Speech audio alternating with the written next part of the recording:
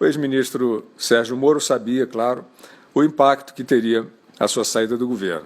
E sabia que esse impacto seria multiplicado por 1000 se ele saísse atirando.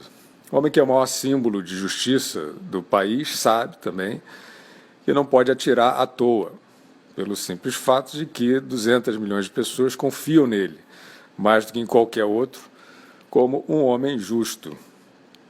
Se as pessoas têm a certeza de que ele só ia atirar em caso de absoluta necessidade, ou seja, se estivesse diante de um inimigo que precisa ser abatido. Sérgio Moro saiu do governo atirando, portanto, disposto a abater o presidente da República. Fez acusações contra ele de ingerência política na Polícia Federal, que imediatamente foram tomadas pelos adversários do governo como ponto de partida para um pedido de impeachment. Moro sabia que seria assim. As investigações vão buscar os fatos, vão determinar se houve crime, e não existe crime sem provas. Se Sérgio Moro tem as provas, o melhor seria ter apresentado imediatamente, especialmente porque, como já dissemos, ele é o maior símbolo de justiça do país, pelo menos até o momento. Diante de uma posição tão grave que coloca um presidente sob suspeita, a sociedade não espera de uma autoridade como Sérgio Moro alegações, hipóteses. Até aqui foi o que Moro apresentou. Ele alega que Bolsonaro interferiu politicamente na Polícia Federal e Bolsonaro alega que não interferiu. E agora? Sérgio Moro montou um aparato para divulgação da sua denúncia. E na véspera, enquanto dizia a aliados que não sairia, os especuladores já tinham a informação da sua demissão. Talvez tenha sido um prêmio por um ano de especulação.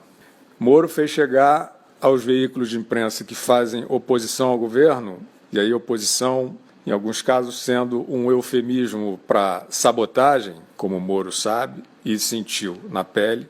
Moro, então, fez chegar cópias impressas de mensagens particulares dele com o presidente da República. Um ex-juiz sabe bem a gravidade desse ato. As mensagens mostravam uma discussão entre ministro e presidente sobre o comando da Polícia Federal. Moro não queria trocar o diretor, tinha suas razões. Bolsonaro recomendava a troca e também tinha suas razões. No caso do presidente, achava que investigações como, por exemplo, a do atentado que ele sofreu não estavam caminhando direito, além de achar que a gestão do então diretor podia estar abrigando interessados em perseguir gente na sua base política. Essa é a hipótese do Bolsonaro na conversa com Moro. A prerrogativa da escolha do diretor-geral da Polícia Federal é do presidente e ele estava discutindo isso com o seu ministro da Justiça. Ponto. Talvez Sérgio Moro tenha informações concretas sobre quebra de autonomia da Polícia Federal pelo presidente da República e ainda vá apresentar essas informações. Até aqui, ele foi para o fronte, declarou guerra, apontou para a cabeça do presidente e disparou a sua bala de prata, que não era nem de prata, nem era bala. Era um dossiê de remendos de WhatsApp, parecido com aqueles que os hackers, amigos do Lula, usavam contra o próprio Moro. E o dossiê do Moro ainda tinha troca de mensagens com a afilhada de casamento dele, uma espécie de um atestado quase pueril de honestidade, dizendo não estou à venda, etc. Logo ele, Moro, o herói da Lava Jato. Não é difícil que, diante daquele vazamento de quinta categoria, muita gente ali tenha achado que dessa vez não tinha sido o telefone do Moro, mas o próprio Moro, né, que foi invadido por hackers. Muita gente também vinha achando o comportamento do Moro diferente durante a epidemia do coronavírus. Diante de governadores tendo arroubos ditatoriais e descendo o sarrafo na população, Sérgio Moro postava mensagens de prudência, aparecendo lendo o livro da esposa na quarentena. Moro estava estranho para muita gente. Nesse intrigante espetáculo de dossiê, denúncia, alegação, Sérgio Moro ainda achou espaço para dizer que nos governos do PT não houve interferência na Polícia Federal, como estaria, segundo ele, havendo agora. Como diria Marcelo Odebrecht, seria o caso de recorrer à ajuda à memória.